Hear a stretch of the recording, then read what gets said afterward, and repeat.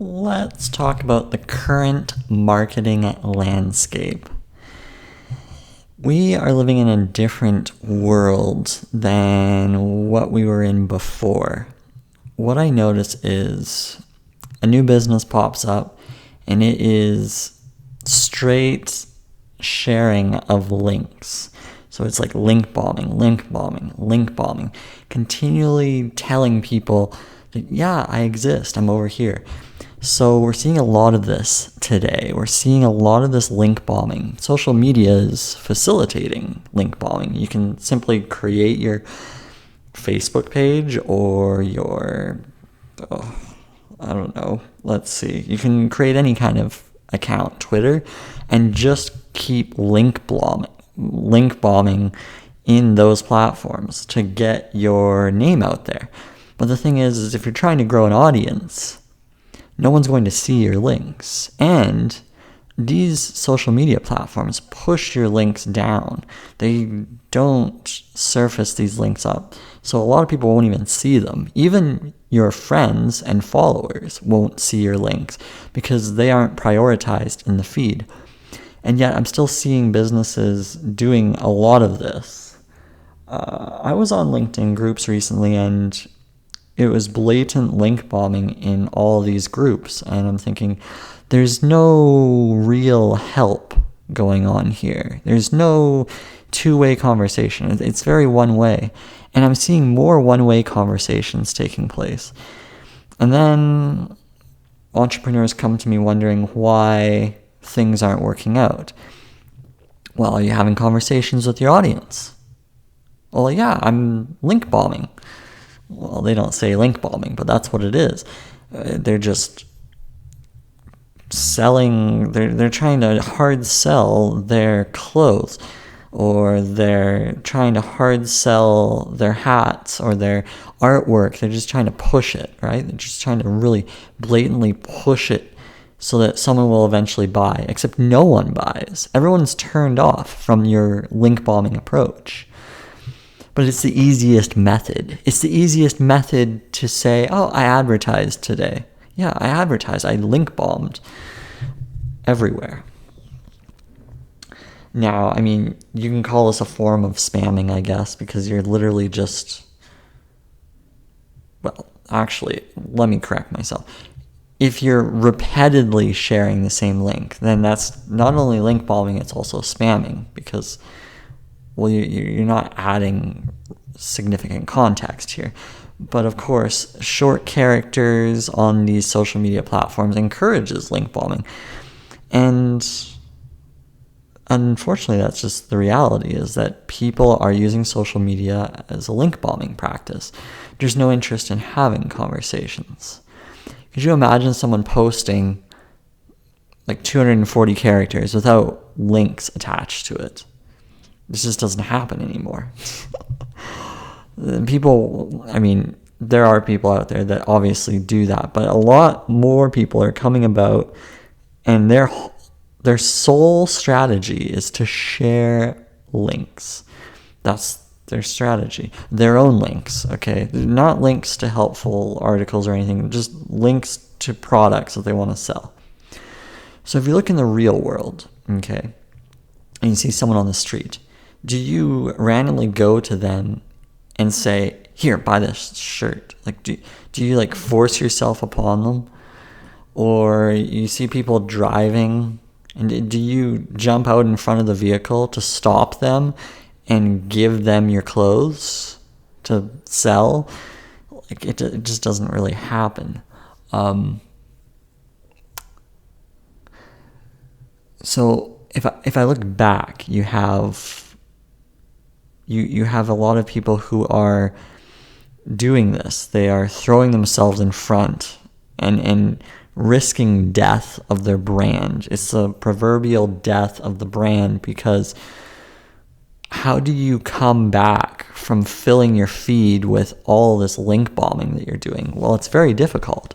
So this is sort of the landscape of a lot of marketing strategies today. And it simply does not work. And you will lose interest in what you're doing. You will lose interest very quickly in what you're trying to accomplish with your business, because you'll find out that link bombing doesn't work and that you didn't make the effort to stand out, right?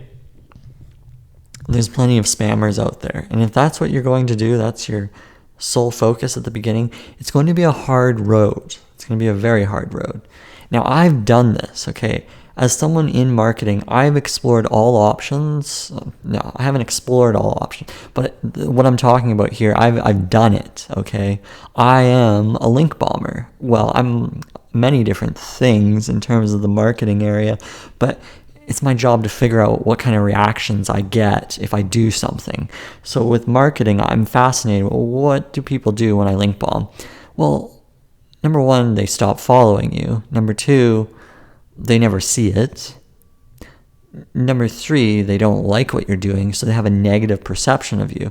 And you want to think about sentiment and how people feel about you.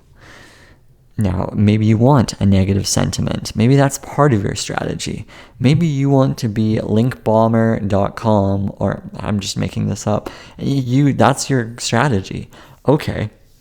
Well, then the act of link bombing is part of your business, okay? Then I can maybe forego this whole thing. But a lot of people, their focus is on link bombing, okay? That's their marketing strategy. And they aren't a business in business to do link bombing, okay? That's not really their business. So I've got that issue. So I'm going to go through all these issues and well, maybe I'll address, as I'm sort of thinking this through, maybe I'll address each one. Link bombing is not really helpful. So what's the solution to this, okay? Because, you probably want a solution. Instead of link bombing, what is the alternative? What works? So I'm going to start moving towards an overarching philosophy that I've come up with, that I've been thinking about and contemplating about over the last little while. And I'm probably going to solidify this, write a book about it, and a lot of my videos are probably going to be based off of this concept. But the concept is around helpful marketing, okay? So you've probably heard of interruptive marketing. You've heard of permission-based marketing. So helpful marketing is something that I've come up with. I don't know if there's any true innovations these days, but this is a term that I'm going to use in a lot of different aspects of what I'm doing. And helpful marketing is about not selling, but helping people with zero expectations. And creating marketing materials that are designed specifically to help people. And that's it. That is it. We're not looking to sell anything. I'm not kidding you. There's no sell at all. And I've done enough tests to realize that helpful marketing is something that I need to tell people about, because a lot of people aren't doing this. A lot of people are interruptive in their marketing approaches, and they're also working extremely hard to gain permission. Okay, so permission marketing is a term that Seth Godin came up with, an amazing marketer. I follow him to the T, and I absolutely love what he does. And permission marketing is about getting people to agree to your material, okay? And I think that's a sound approach. That is what you need to do, okay? I 100% agree with that. You should gain permission before you start throwing the noise in. I'm going to take it a step further in that once you get permission, you get a follower, right? A lot of people are abusing their permission. So I'm taking it a step further in that if this is a strategy that resonates with you, right? Your approach should be helpful marketing. So this is the next step beyond permission marketing, and it's the idea of course, I'm going to continue to formulate all this. This is what I call beta thinking, that I am hashing this all out. But helpful marketing is about providing valuable content that people want, okay? This is the kind of valuable content that will gain permission. This is the kind of valuable content that is not interruptive, but is complementary to someone's day, okay? That is the strategy. So if I'm going to use this formula for, let's see, link bombing. Well, instead of link bombing, helpful marketing would encourage you to create content that is perhaps a little bit more long form, perhaps a little bit more thought out, perhaps tailored to your audience, perhaps highly educational in nature. However, it could be helpful in another way. It could be highly entertaining. It could be highly inspiring. It could be highly emotional, right? But that is all helpful because the people following you wanted that reaction, okay? They wanted some sort of reaction. And you're being helpful by giving them a reaction, but also giving them things they maybe didn't even know they wanted. And it all comes down to creating a content that is so meaningful that you yourself would want to share it, okay? You yourself would want to share it. Now, I'm not asking you to be link bombing your content. No. I want you to have helpful content that's tremendous in thought, tremendous in execution, so much so that the people who are checking you out will be helpful for you in return, just by osmosis, okay? You don't even have to ask them. They will share your content because you genuinely wanted to help them, okay? I've done a number of experiments where this has worked, okay? So instead of link bombing a bunch of prospects for, I was going after lawyers. Anyway, link bombing got me 0% conversion. But when I started cold, because I was using cold email, but okay, I thought, well, let's try something different. So I removed the link bombing entirely because it was 0% conversion. And the next approach I did was reaching out to lawyers to tell them 5 different ways they could get more clients, okay? Well, because I'm doing the marketing coaching, so I thought, well, why not just give them 5 different ways to get more clients? They're struggling, they're on Craigslist, they're trying to get new clients, and they're not doing so well. That's why they're on Craigslist. So I go in and I just give them 5 tailored, specific ways to get some business. Usually there's some context. Usually there's some sort of connection. There's some sort of dialogue. Yeah, like that's a cold sell though, but you can always spin it so that you're being helpful. And I don't include any links at all. No, I don't even include a link to my website in that email. There's nothing there. It's a genuinely customized email to that individual. It's the kind of email that I would want. If I'm trying to become a successful lawyer, I would actually want that email. And I use the person's name. It's extremely helpful and extremely tailored. And I don't do too many of them, right? I don't need to do too many of them. I don't need that many clients. So why not just do a really good job with a few, and then that's how you convert. So in one day I did 10, and then out of the 10 I got 5 responses.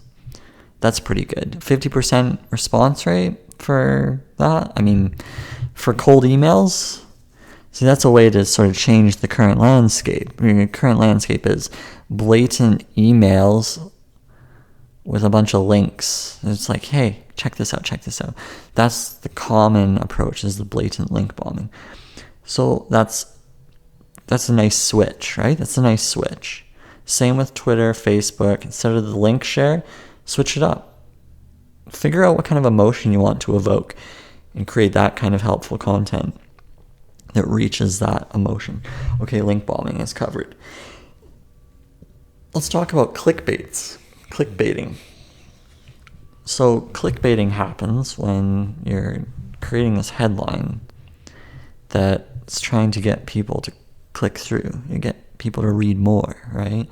And if you look at all the headlines out there today, well, you'll see a lot of headlines where it's very much 10 ways, or let me try to, these secrets you didn't know about skincare. And it's like, it's kind of deceptive. It leaves a bad taste in your mouth. So that's the current landscape for kind of clickbaiting. It's like, I'll give you these 2 steps, but if you want more, here's a bunch more. You see a lot of gated content. It's going to be coming out more because people want to make money off of their content, which I think is fair. It's logical. You can approach it that way. The concern I have about clickbaiting is that the headline is perhaps customized so that you're forced to consume more and more, and you're led down this addictive path, like a trail of breadcrumbs, and it's being specifically designed to force you into this cycle, and you can't get out of it because it's addictive. So that clickbaiting is dangerous. I think the solution to this, I don't even have to talk about helpful marketing, is just to be authentic in your headlines, to be authentic in anything, any titles or content. Be genuinely authentic. You don't have to clickbait. Look, people will check you out. You don't have to force stuff. You don't have to manipulate. It's unnecessary marketing. It's deceptive. It's just not the kind of marketing I like to see, but we are seeing a lot of this. Actually, you go on YouTube, you can see a lot of videos that are clickbaity in terms of the title. And, they do really well, and good for them. I think the short-term results are not the same as what people would get long-term if they weren't clickbaiting. Okay, the next piece is the outrage culture that I see with marketing today, is that today's marketers can now capitalize on virality. Is that a word? Virality? I'm going to make it up. But being viral, right? Creating viral content. Marketers are now using outrage as a way to get some views, some eyeballs. And it can be dangerous. It can be dangerous if you just start doing this out of the blue. Like, does it fit with your marketing strategy? That's really the thing you got to figure out. But I do see a lot of this outrage going on. So people will create content related to something that happened in the news, something trending, something that's guaranteed to get them results. Because, well, it's the hot news of the day. So people are chasing that. People are chasing the eyeballs, right? They're not getting ahead of the eyeballs. They're chasing it. It's a dangerous approach because, one, negative discussion is always dangerous, right? Because it can get out of control and people will always remember it. It's tough to really recover from it. Like right now, Gillette, like even though I'm mentioning them, right now I'm thinking, would I ever buy Gillette products after what they've done with men? It's not a big deal for me, but I'm thinking about the average man who maybe buys Gillette products. They might be turned off from Gillette's approach to something outrageous like masculinity. So they're doing an outrage video around masculinity, and that was a concern for Gillette. But it had a huge backlash. And I mean, is the negativity a good thing for the brand? It's a tough call. I mean, more and more people are talking about Gillette, but I just feel like that can have an effect on the brand. Whereas if they just focused on what they do, which is selling razors, like that's their thing, if they just focused on that, then they'd be fine. But, you have people who are trying to get more and more out of the system. So they use outrage as a way. And, this ties into clickbaiting, because if you create a very controversial title, then you can get people to click this. Like deceptive or even very seductive types of words. And that is it's just a very weird, scammy approach. It's like snake oil salesman. So I wouldn't do that, okay? I wouldn't do that at all. But I'm seeing more and more of this kind of growing, and people are latching on, and don't do it unless it makes sense for you, is really what I'm getting at here. Like, okay, is that what your thing is outrage videos? Okay, cool, let's stick with it. But if it's not, then don't get involved. Stick to your path here. Stay firm on your strategy. But yeah, I'm seeing a lot of that, and that's helping with viral content, is this outrage. Another thing is memes. People are making businesses out of memes, like images with like text, and it's just funny captions, and this is now sort of a business. It's an interesting kind of medium that's being developed, and I do see it becoming more and more popular. And I actually don't see anything wrong with this. Heck, meme culture is fine. Have fun with things and have fun with stories. And put it on an image. Like a picture speaks 1,000 words, and heck, even if it's got one sentence to it, there's something there. So I don't really mind this at all as part of the current marketing landscape. I think if people are having fun, it's great. You see a lot of companies adding reactions to their likes algorithms and all this. So for instance, LinkedIn, I noticed, has like new reactions, almost identical to what Facebook has been doing for a while now. And you can essentially like, or you can be curious about a post, or you can like clap or something. So you have different little emojis attached to things. So people are now able to leave their reactions. And that helps, I guess, add context to how people are really feeling about posts. I think that's important for marketers to look at, because then they can see what kind of content creates curiosity, what kind of content creates likes, what kind of content creates sadness. It's actually a really quick gauge of sentiment and emotion. So I think that's also really important from a contextual standpoint. It can be really powerful for a brand to look at this. So if someone's on social media, then that's a good way to look at those reactions. You have PMs, personal messages, DMs, whatever you want to call them. So this is where you have conversations behind the scenes, and this is a way for someone to maybe get their name out there. I think PMs and DMs are happening, but they're happening for a lot of the wrong reasons. It's again maybe PMs to link bomb, PMs to just push their agenda. But if you're going to do PMs, DMs, whatever you want to call it, if you're going to do all of this, I think it would be good to also look at how you're adding value to the other person. Once again, helpful marketing. So you're trying to get your name, your brand out there, and you want to connect with a superstar influencer.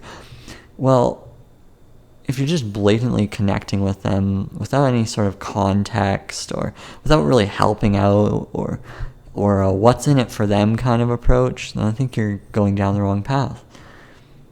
So it can be really valuable, though, if you can have a conversation and add some tremendous value to this. Then PMs, DMs are actually worthwhile.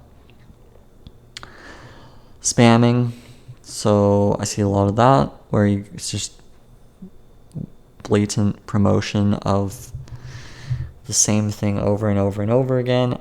I'm guilty of it many times before, where I just push and push and push same content over and over again just to get it out there.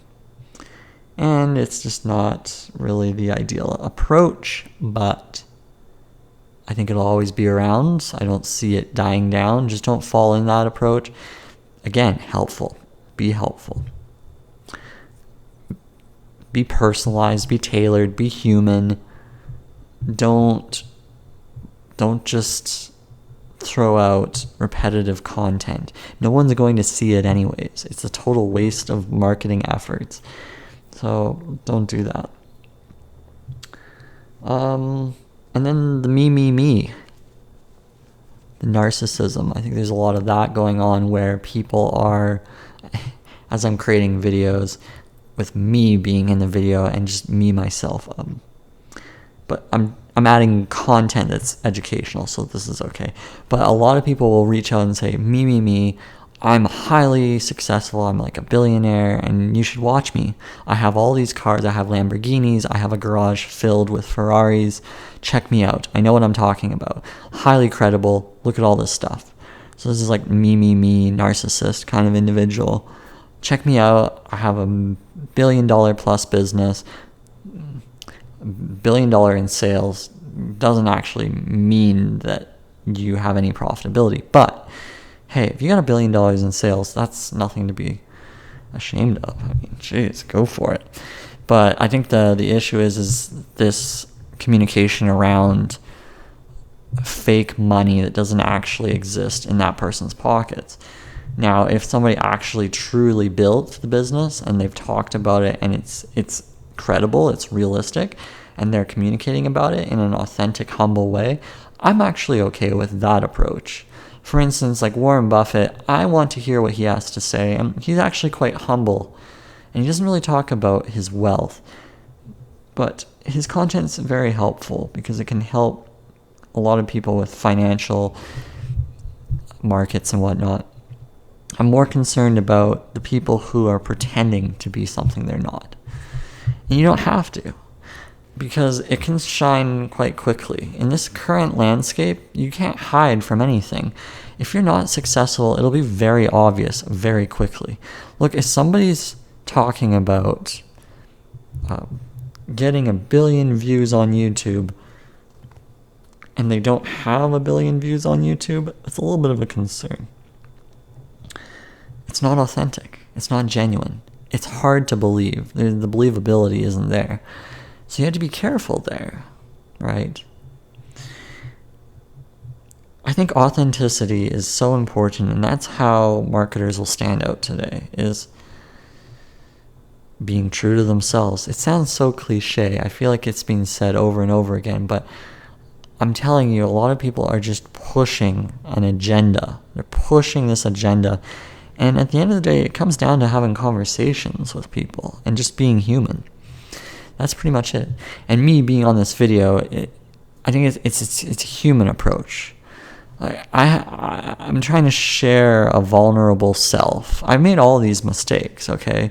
I may be being a bit too narcissistic, or maybe I've been a bit too blatant in selling. I've done it all. As part of experimentation, I made all of these mistakes, and it's been a disastrous result. But where things have really worked out is by showing true emotion, by showing true value in things that I know a little bit about, and I can share that, and almost like a shared journey, together we grow and we move forward in this world. See, that's some value there. And that's where things really work out, is when I truly give value without expectation, without the hard sell.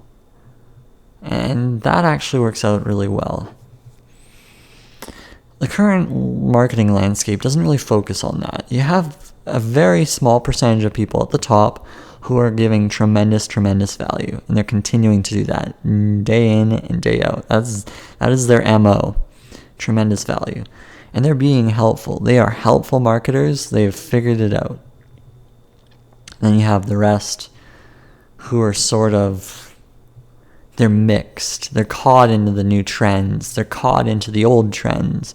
They're caught in this endless stream of what should and shouldn't be done.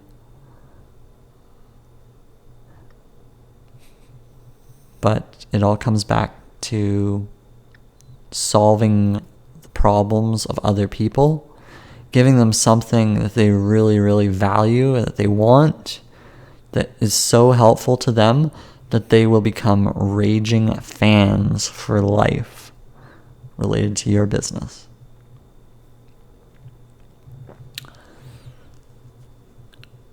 What are my thoughts on just this overall landscape? Less personalization for sure. I feel like companies aren't as human. I feel like back in the day, Volkswagen had this connection with audiences. Now it's maybe lost because any negative publicity is affecting the brand. And they're so busy trying to create content and push some sort of agenda that they never really have a dialogue with people.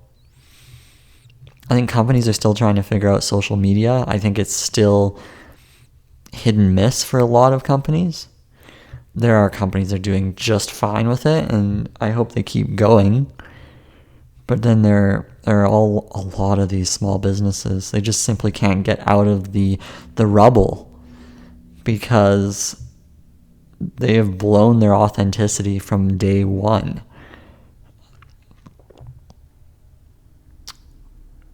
So I'm a little I'm appreciative of the marketing landscape today where people are being helpful, and I want to see more of that. I think that's really my goal here, is to talk about this, but then also to convince people that they should be more and more helpful with their business and their marketing approach.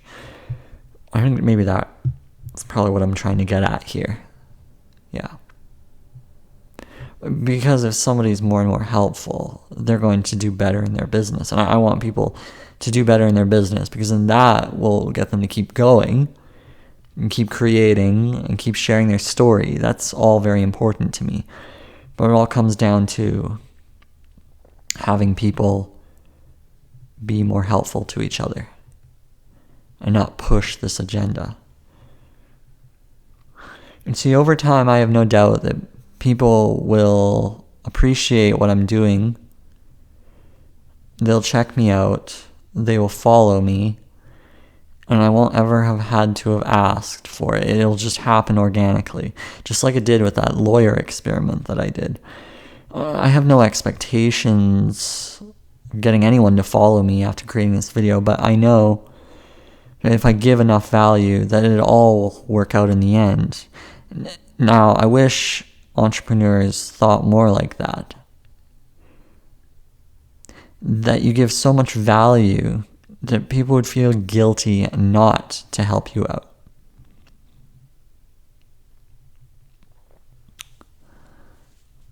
I think the top marketers will understand this, and they'll just keep going with us, and they'll get it. They will get it, and they'll do just fine because they're following the helpful marketing approach.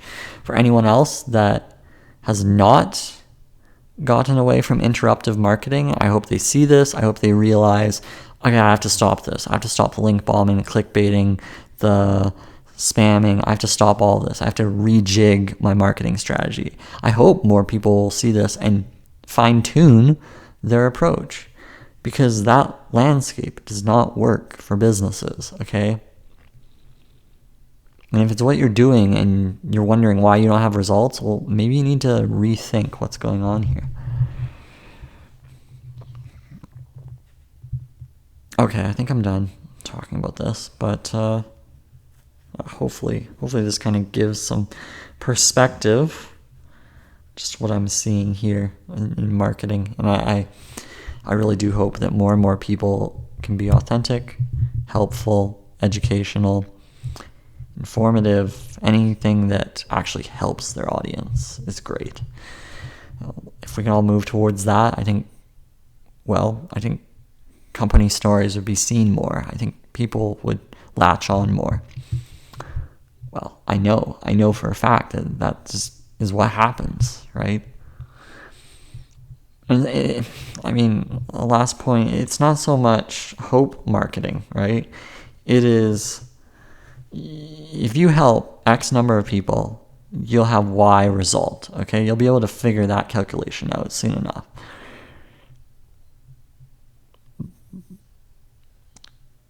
Because I started a community at one point on Facebook, and I reached out to help 1,000 people.